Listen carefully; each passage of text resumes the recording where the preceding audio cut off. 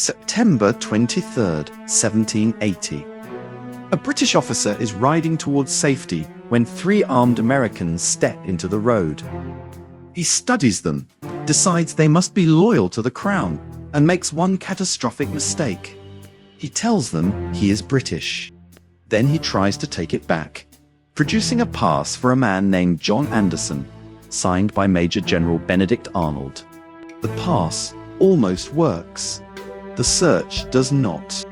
Beneath his feet, inside his stockings, they find 6 folded papers, 3 under each foot. The packet describes the force, guns, weak works, and command picture at West Point. This is not a message. It is a capture manual. West Point is the lock on the Hudson. Hand it to Britain, and the American position can split through the middle. And the man selling that lock is not an unknown spy. He is one of America's most effective battlefield commanders. Benedict Arnold has maneuvered himself into command of the fort he intends to surrender. He is not selling a rumor. He is selling America where it is narrowest.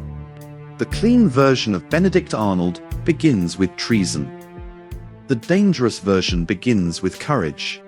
He fights aggressively from Canada to Lake Champlain, then charges into the decisive fighting at Saratoga. A ball smashes into the same leg already wounded in Quebec. His battlefield record helps make him one of America's most effective commanders. The British know exactly what kind of officer they are buying because he has spent years hurting them. But victory never resolves the other account Arnold keeps in his head.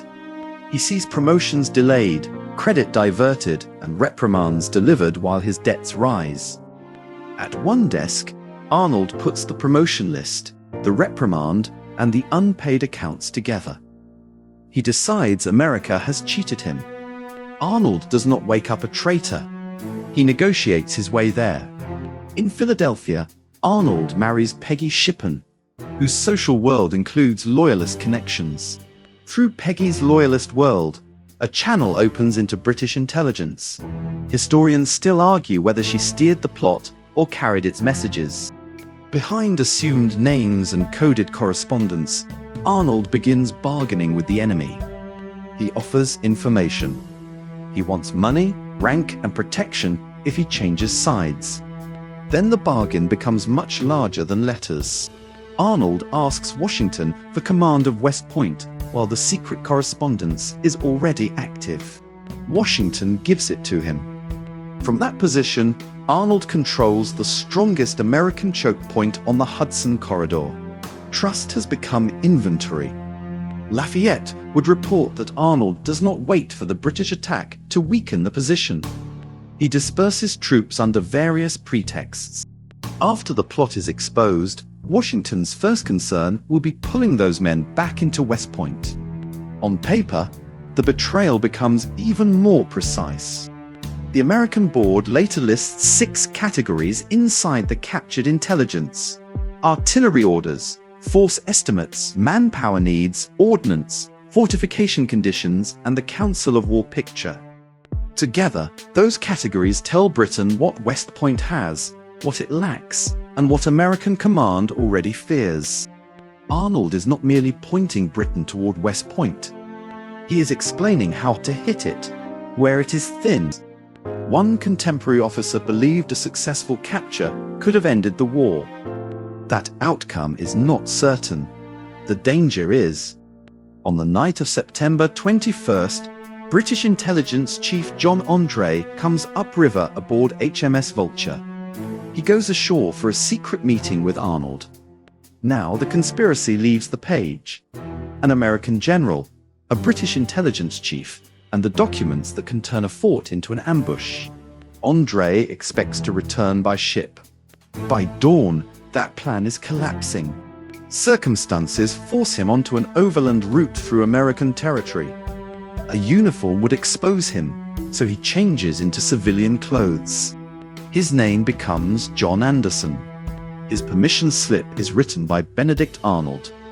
His cargo goes beneath his feet.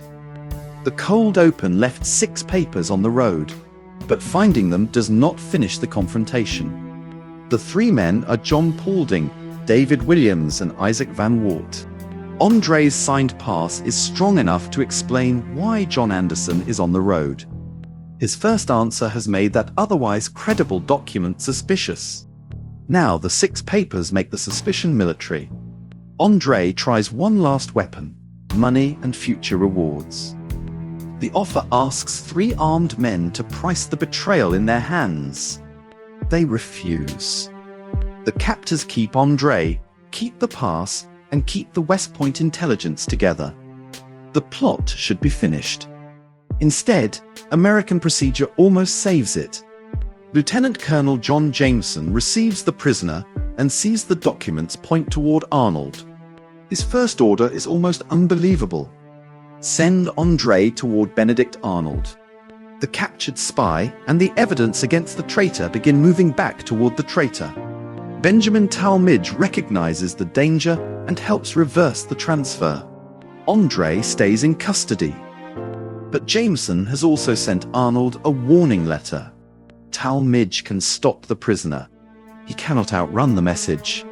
The plot now becomes a race between 2 packets. Evidence moving toward Washington and warning moving toward Arnold.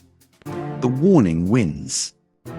On September 25th, Washington is approaching Arnold's headquarters. Arnold receives word that André has been captured with the West Point papers. He does not wait to explain. He calls for a horse, leaves the house, and heads for the river. His staff is told he has gone to West Point and will return. Instead, Arnold takes a barge down the Hudson to HMS Vulture. Washington reaches the headquarters expecting breakfast with one of his generals. The general is gone. Then the 6 papers arrive. Washington sees the defense estimates, the fortification remarks, and the troops that now have to be reassembled. By the time the betrayal becomes clear, Arnold is already under British protection. André does not deny the central facts. A board of American general officers examines the pass, the assumed name, the civilian clothes, and the concealed intelligence. They judge him to be a spy. André asks to die as a soldier by firing squad. The sentence remains hanging. On October 2nd, John André goes to the gallows. The evidence saves West Point and condemns the man carrying it. The American general who supplied it is not there. André dies for the plot. Arnold lives. Britain gives Arnold a commission. It does not give him the clean ending he imagined. His name becomes American shorthand for treason.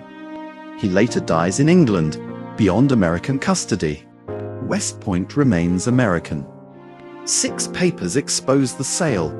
3 men refuse the price of looking away. The system nearly gives the evidence back. The fort survives and the traitor escapes. At Saratoga, a monument marks the leg Arnold shattered while fighting for America. It honors the wound, the rank, and the battlefield service. It does not name Benedict Arnold. That is the final reversal. A boot remembers the hero, while 6 papers beneath another man's feet expose the traitor. Washington's best general tried to sell America at its narrowest point. The sale failed because 3 men kept searching.